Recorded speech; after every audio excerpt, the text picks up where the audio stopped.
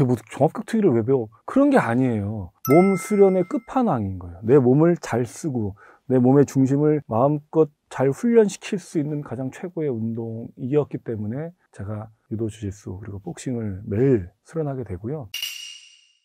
나의 최고의 운동은? 그러니까 저는 ROTC를 해서 장교 훈련을 했어요. 육군 장교 훈련을 하게 되면 태권도를 2년 동안 무조건 수련을 하게 돼 있고, 학교 다닐 때도 꾸준히 제가 아침에 조깅을 했어요. 제가 오래 달리기 같은 경우는 반에서 손가락 안에 들 정도로 오래 달리기 잘했었어요. 전 수영도 꾸준히 했고 헬스도 꾸준히 하고 했어요. 그리고 뭐 검도도 배우고 했는데 자기한테 맞는 운동들이 있어요. 그게 저한테 최고의 운동은 유도, 주짓수 그리고 복싱입니다. 요즘은 여성분들도 주짓수를 많이 해요. 굉장히 재밌는 운동이고 최고의 테크닉, 기술들을 가르쳐주는 운동이어서 저는 강추합니다. 대표님 유도 언제 시작하셨어요? 유도를 2018년부터 시작했으니까 6년 됐죠. 공인 2단 땄고, 저는 그전에는 이제 태권도를 좀 했었고, 태권도는 초단이고, 검도를 한 3년 했어요. 자기한테 맞는 운동이라는 게 있는데 유도를 이제 처음 접하면서 충격을 먹었어요. 유도하고 결국은 이제 주짓수가 같은 운동인데 사람들이 잘 몰라요. 주짓수는 브라질 거라고 생각을 하고 유도는 일본 거라고 생각을 하는데, 사실은 유도나 주짓수나 그 기원은 일본의 그 사무라이들이 배웠던 거고, 일본의 유술이라고 하는 일본어 발음이 주주츠예요. 일본의 유도가 주도예요. 브라질로 넘어가서 주짓수가 돼요. 그럼 자, 유도의 유자와 유술의 유자, 주짓수의 주자가 결국은 같은 한자인데 그 한자가 뭔지 아세요? 부드러울 유자예요. 가노지고로 선생이 동경대학교 출신인데, 이분이 수많은 유술, 유파들을 섭렵해서 유도를 만들어요. 그러니까 유술이라는 게 일본의 전국시대에서 사무라이들이 검술과 유술을 같이 배웠어요. 칼을 놓치거나 백병전일 때 상대를 제압해서 조르기, 꺾기 등등을 해서 한마디로 전투를 무력화시키거나 살상하는 기술이에요. 저는 처음에 유도를 접하면서 와, 부드러울 유자? 살상 무술을 배우는데 그러면 강한 거잖아요. 강한 거. 강술이라고 붙여야지 이름을. 그걸 유술이라고 붙였을까? 생각해보세요. 진짜 강하면은 싸울 때 어떻게 할까요? 막 힘을 주고 싸울까요? 제압할 때 막 그냥 가볍게 제압을 하겠지. 상대가 아무리 해도 더 부드럽게 하는 애들이 상대를 완전히 제압한다는 거를 알게 된 거예요. 그래서 3단이 2단보다 더 부드러워진 사람이에요. 4단이 3단보다 더 부드러워진 사람이에요. 더 세진 게 아니라 더 부드러워진 건데 그게 결국은 더 강해진 거죠. 유능제강, 부드러움이 강함을 능히 제압한다. 그게 유도의 철학이거든요.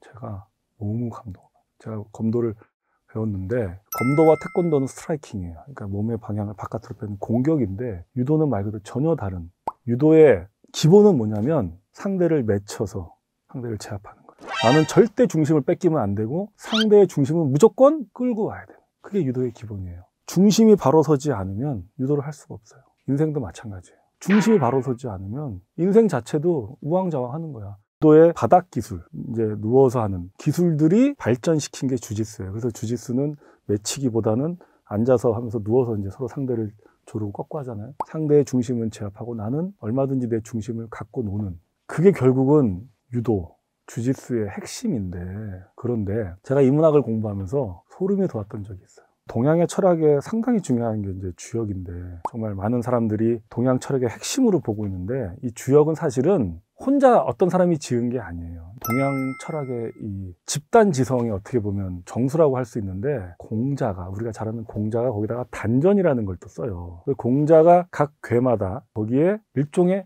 주석을 붙이는 게 있어요. 근데 64개의 궤 중에 화천대유예요. 14번째인가 하는데, 소위 말해서 대박 난다는 거예요. 예술가가 화천대유하면 세계적인 예술가가 되는 거고, 사업가가 화천대유하면 어마어마한 사업가가 되는 거고, 어떻게 보면 64개 중에서 가장 최고로 치는 것 중에 하나인데, 그 화천대유에 대해서 공자가 쓴 단전의 첫 번째가 뭐냐면 유득존이에요. 부드러운 것이 존귀하게 된다. 깜짝 놀란 거야. 강한 사람이 화천대유 하는 게 아니라 부드러운 것이 결국은 화천대유한다. 화천대유의 첫 번째 열쇠가 부드러울 유자예요. 두 번째가 뭐냐? 대중하라. 크게 중심을 잡아야 된다는 뜻이기도 하는 거고, 크게 중립적이어야 된다는 얘기고, 부드러워야 되고 대중해야 된다. 이게 뭐예요? 아까 제가 얘기했던 이게 유도잖아요. 유도라는 게 부드러울 유자에 내 중심을 지키고. 자, 여러분 한번 상상을 해봅시다. 우리가 극좌, 극우가 부드럽습니까? 아니면 과격합니까? 과격하잖아요. 근데 중립적인 사람은 어때요? 부드럽잖아. 당신 말도 일리가 있어. 당신 말도 일리가 있어. 크게 가운데에 있는 사람은 둘 다 포용할 수 있고 치우치지 않아요. 그게 유야. 유도가. 근데 화천대유를 하기 위해서 공자가 만든 단전에 첫 번째가 유득존이, 두 번째가 대중해라. 세 번째가 뭐냐면 상하응지라고 해서 윗사람과 아랫사람이 서로 상응해야 된다는 거예요. 그 다음에 중요한 게 강건이 문명이라 해서 굳세고 문명해야 된다. 굳세고 문명하다는 게 뭐냐면 그게 바로 지식수련인 거예요. 저는 그렇게 받아들여요. 와, 이게 유득존이 하면서 유하면서 대중하면서 지도자와 아랫사람이 서로 일치돼야 된다는 얘기지. 그러면서 문명해야 된다. 그리고 제일 중요한 게 뭐냐면 하늘의 때를 기다려야 된다.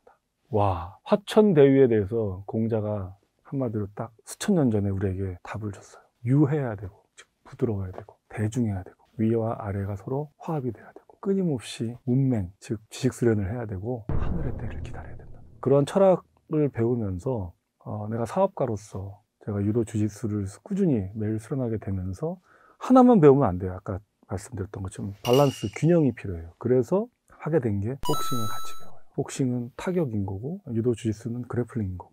사람들 잘 모르면 쟤 뭐 종합격투기를 왜 배워? 그런 게 아니에요. 몸 수련의 끝판왕인 거예요. 내 몸을 잘 쓰고 내 몸의 중심을 마음껏 잘 훈련시킬 수 있는 가장 최고의 운동이었기 때문에 제가 유도 주짓수 그리고 복싱을 매일 수련하게 되고요. 여기서 한 발 더 나아가면 아까 우리가 인생 살면서 몸 수련, 마음 수련, 지식 수련이 이 3박자라고 했는데 운동도 3박자가 맞아야 돼요.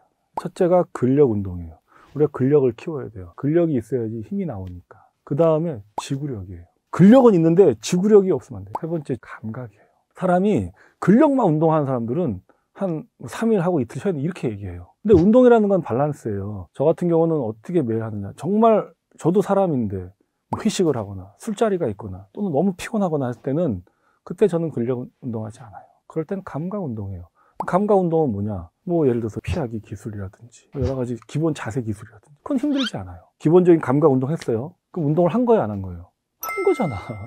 근데 너 매일 운동하면 안 된다. 그거는 정말 운동에 대해 잘 모르는 사람이 하는 얘기인 거예요. 아니 그 사람들은 안 걷나요? 가만히 집에만 누워만 있어요. 그게 아니란 말이에요. 감각 운동을 한 것도 뭐예요? 운동을 한 거라고, 안 쉰 거라고. 우리가 숨쉬기를 안 쉬는 것처럼 그렇게 저는 운동을 그렇게 합니다. 그게 몸 수련의 기본이라고 저는 생각합니다.